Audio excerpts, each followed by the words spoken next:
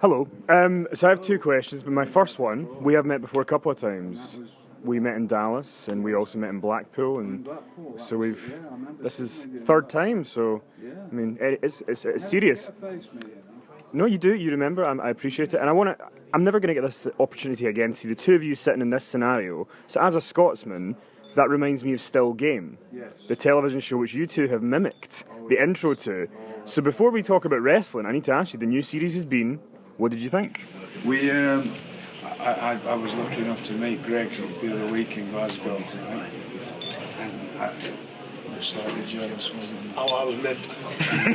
I was in Orlando, and he was there, you know, and laughing it up. Next time he's coming to Orlando, and we're going to take him on a tour of the DC. But we got onto that a lot.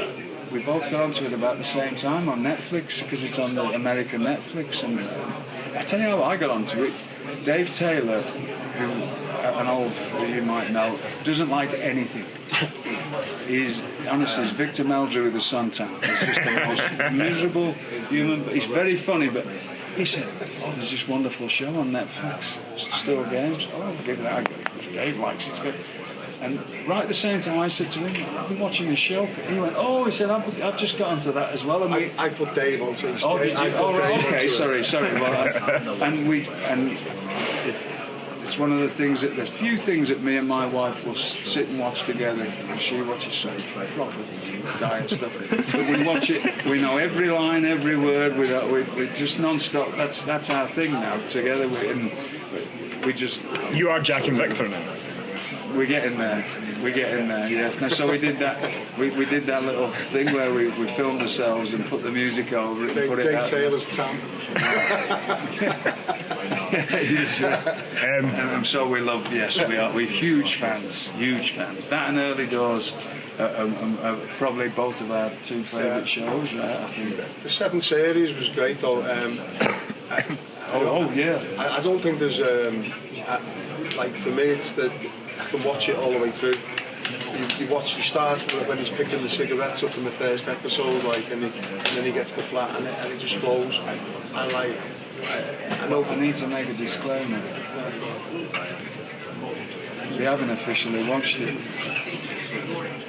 Oh yes, it's not out yet. Oh, yeah. Okay. We didn't find the ways. God, you know all the legal loopholes you do. We never incriminate yourself. It's just between us. There's no camera. We didn't find the ways of getting onto it on YouTube before people took it off. Good. I'm glad. No, you've not seen the 7th series. Okay.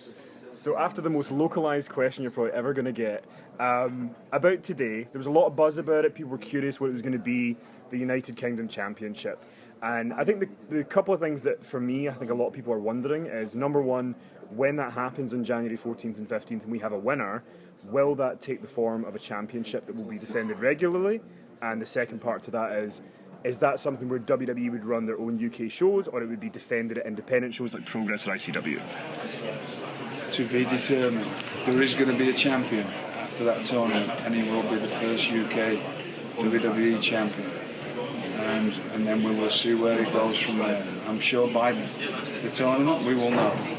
I'm sure I've got a good idea now. I'm one of the 2 or 3 people that does know, but I'm not letting anything out, but this is a very exciting time for us. And before anybody asks me, have you just jumped on the bandwagon? Because I've just answered this over there about getting. You can check out all these people. I've been over here looking at people for a long time about this, and this has been a long time in the planning. It's not all just throw together to try to disrupt anything. It's been a long time, and no different than the cruiserweight thing and all the other things. You can't throw these things together in 2 minutes. So I hope that answers a few questions as well. Thank you very much. Hi there. I think it's fair to say we're seeing a huge resurgence in British wrestling. Yes. Is there a chance that by restricting where some of the wrestlers that you've signed can work, that will do any damage to the British wrestling scene as it currently is? There's zero restriction on anybody working anywhere except for the companies who won't let these fellas work for them. So that's pretty simple. So they'll be free to work. Yeah, just as long as if we need them, we need them for certain dates, then we're going to give them plenty of notice. We're going to need you, possibly need you for this. Obviously, they know for this tournament, but we need you for this. And then this is not anything with big bad wolf coming in to try and take away everything for everybody. This is to give these fellas who we think are the best at some money in their pockets so they can be full-time wrestlers and compete all over the world like they're already doing, because all this crew travel and do plenty of things and work for companies here, Progress and ICW and Red Pro and all these smaller companies. You go and do what you want to do, but it's certain things are obviously probably a conflict of interest because other places have contracts and no different than that, but I think that's only one or two things. So no, we want you go out and work and do everything you want to do, because you're only going to get better. We're just giving you that thing that if you think this is an absolute straight, be smart now. You don't have to go out and work in some place that the rings fall into bits, or if you want to, you can do. But now you've got somewhat of a chance to try and make something out of yourself. Don't try. You don't have to work in somebody's back garden. It's just to pay the bills. If it all works out the way we hope it works out, this is the first of its kind of any kind of deal like this. WWE's not tying people up. We're just helping them to be full-time wrestlers, and because the more you do out there before you get to us, the better you'll be. Everybody that comes to us, it takes a long time to develop people, so we have the performance centre for that. But the wrestlers that come, they're all the fellas that have gone out there and done all that and struggled and what have you.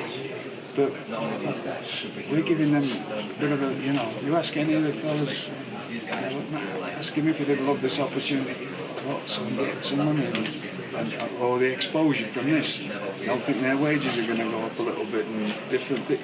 It's all that. So we're trying to help everybody.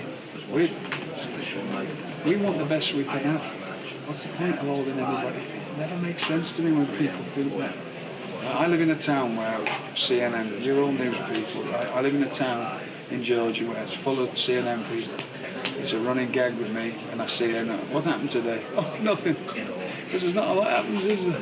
Oh, it's easy to the big bad wolf with the WWE, but it's far from that. All these fellas we're trying to help them be the best they can be, so they can come to work for us and be the best they can be, so we can put the best product on for our audience. It makes no sense to do it any other way. So you can believe what you want, but I'm sure, guaranteed, just the way wrestlers are, you'll find out the ins and outs of this, of some of these fellas eventually, and you'll find that, I didn't expect that to be like that, or you got the freedom to do as much as you want. Yes, we want you to go out there and get experience, because I say it all the time, we know this. You only get good at this when you fall on your backside 1,000 times. It's the only way you can get good at this, because you learn what's good and what isn't in front of an audience. But we can't have 500 people in Orlando. There's no room for them. You couldn't possibly have it. There's not enough. So we want to cultivate these companies here. We want to give places in America. We want America, different companies. Yes, we'll give you as much publicity as we can, because that's where we're going to get our talent, our wrestling talent from.